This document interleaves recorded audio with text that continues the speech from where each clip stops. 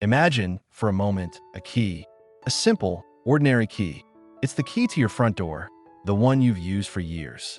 You come home one day, you put the key in the lock, and nothing. It doesn't turn. It doesn't click. It just sits there, useless. You jiggle it. You try again, but the connection is gone. The key no longer unlocks the door. Now, imagine that feeling, but it's not your front door. It's your own memories. It's the name of your child. It's the face of your spouse. The key is there in your mind, but it no longer fits the lock. This is the silent thief we call dementia. And for decades, we've been told this thief is a ghost, a fate, something that slips in unnoticed and cannot be stopped. But what if that wasn't true? What if you were holding the one tool, the one secret that could deadbolt your brain against this intruder? What if the single most powerful step you could take to protect your mind wasn't a complicated medication or a radical brain surgery, but simply removing one thing from your dinner plate? Today, we are going on a journey deep inside your brain to uncover the shocking truth. We will expose the one food that acts like a corrosive acid on your neurons, and we will lay out a clear, simple, and actionable path to eliminate it from your life. This is not just about adding years to your life. This is about adding life to your years. This is about preserving the very essence of who you are. So, if you're ready to discover the secret that could save your most precious memories, then let's begin. To understand the enemy, we must first fall in love with the masterpiece it is attacking, your brain. It is the most complex and beautiful structure in the known universe. It's not just a gray blob. It's a living, breathing galaxy of connections.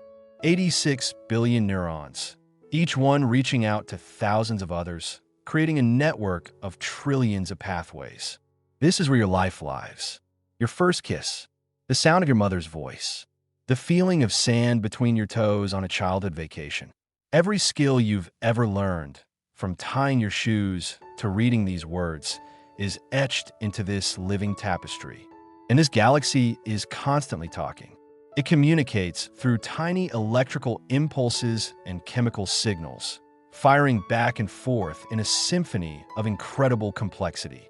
But to power this symphony, your brain is ravenously hungry. While it makes up only about 2% of your body weight, it consumes over 20% of your body's oxygen and energy. It needs a constant, clean, and rich supply of fuel to keep the lights on, to keep the music playing.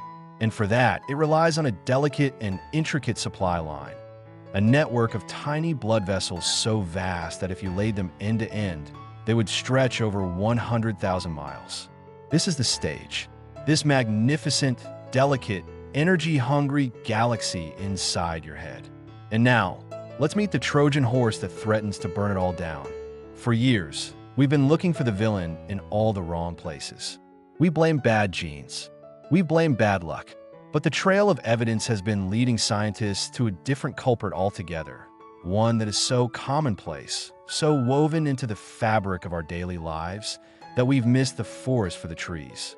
The story begins not in the brain, but in your bloodstream, with a molecule so simple, so fundamental, that it seems almost innocent. Glucose, sugar. This is the primary fuel for your brain's engine. Your brain runs on sugar. But here is the critical, life-altering distinction. There is a world of difference between the sugar that is gently released from a piece of whole fruit, packaged with fiber and nutrients, and the sugar that is violently dumped into your system from a can of soda or a candy bar. One is a slow, steady drip of high-quality rocket fuel. The other is a tidal wave. And it's this tidal wave that sets in motion a catastrophic chain of events. When you consume refined sugar, it hits your bloodstream like a shock wave. Your blood sugar levels spike, skyrocketing in minutes. Your pancreas, the organ responsible for managing this crisis, goes into a state of panic. It screams out an emergency hormone called insulin. Think of insulin as a master key. Its job is to knock on the doors of your cells, your muscle cells, your fat cells, and tell them to open up and let the sugar in, so it can be used for energy or stored away. This is a brilliant system when it's dealing with the slow drip of fuel from real, whole foods. But when you constantly bombard it with sugar tsunamis, the system begins to break down. Your cells are being screamed at all day, every day. Open up. More sugar. Open up. Eventually, they get tired of the shouting. They become deaf to the message. They stop listening. They start to ignore the insulin. This is a condition you've almost certainly heard of, insulin resistance. And for a long time, we thought this was a problem that only affected your waistline, your heart, and your risk for type 2 diabetes. But we were wrong. Dead wrong. Groundbreaking research has revealed a terrifying truth. Insulin resistance doesn't just happen in your body. It happens in your brain. Your brain cells, your precious neurons, have their own insulin receptors. They need insulin to help them grab that vital glucose from the blood. But when the brain is constantly bathed in high insulin from a high-sugar diet, the same thing happens. The neurons stop listening.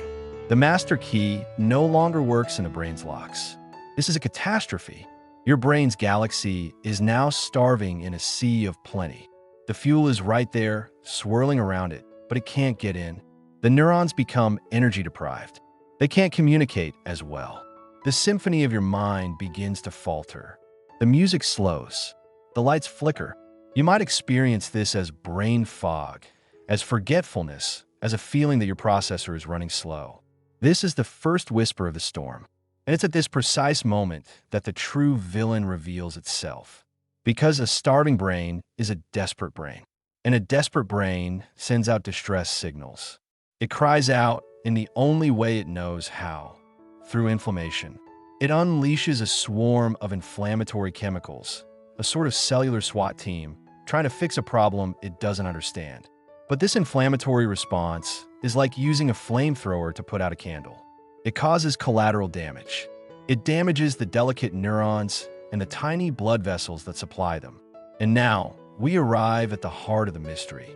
For over a century, we've known that the brains of people with Alzheimer's, the most common form of dementia, are littered with two strange structures, sticky clumps called amyloid plaques and tangled knots inside neurons called tau tangles. For decades, we assumed these plaques and tangles are the root cause of the disease.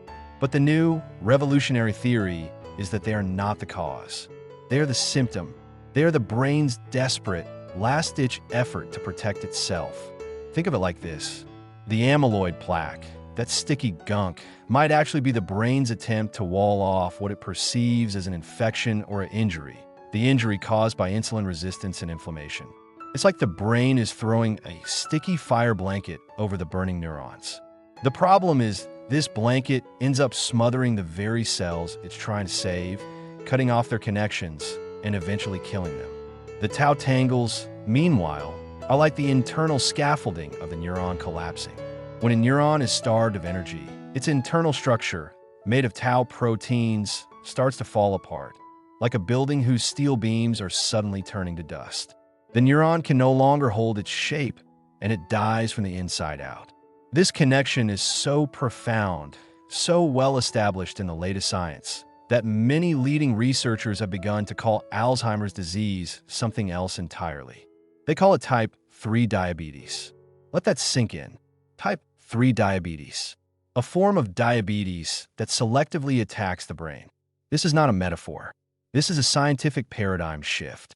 It means that Alzheimer's may be fundamentally a metabolic disease, a disease of fuel mismanagement. And this changes everything. Because if the problem is metabolic, then the solution must be metabolic too. It means we are not powerless. It means the fate of your mind is not written solely in your genes. It is written every single day by the choices you make at the grocery store, in your kitchen, and at your dining table. Which brings us, finally, to the answer to our central question. What is the one food to avoid?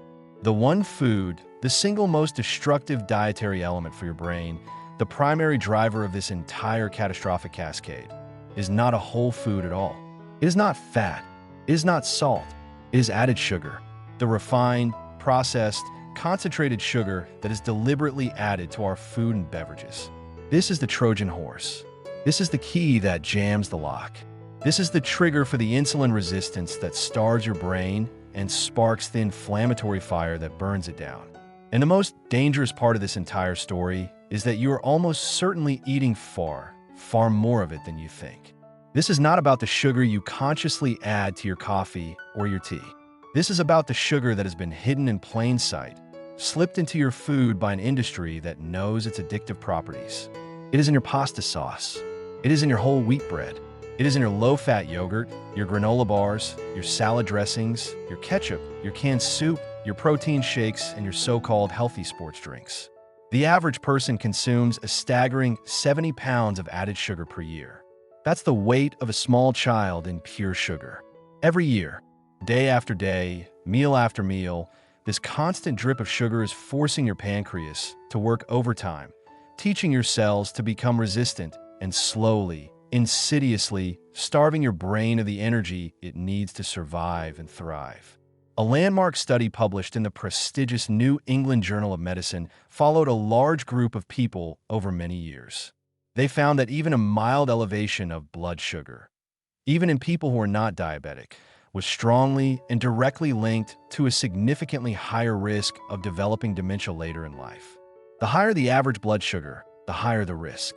This is not a controversial finding. It is a solid scientific fact.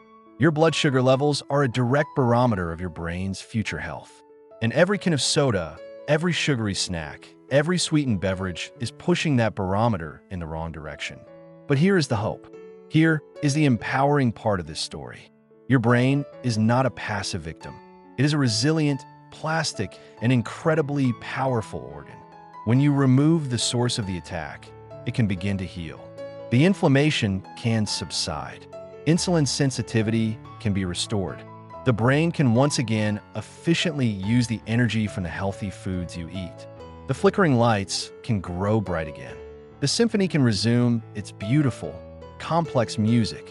The path forward is not about deprivation, it is about liberation. It is about becoming the guardian of your own brain.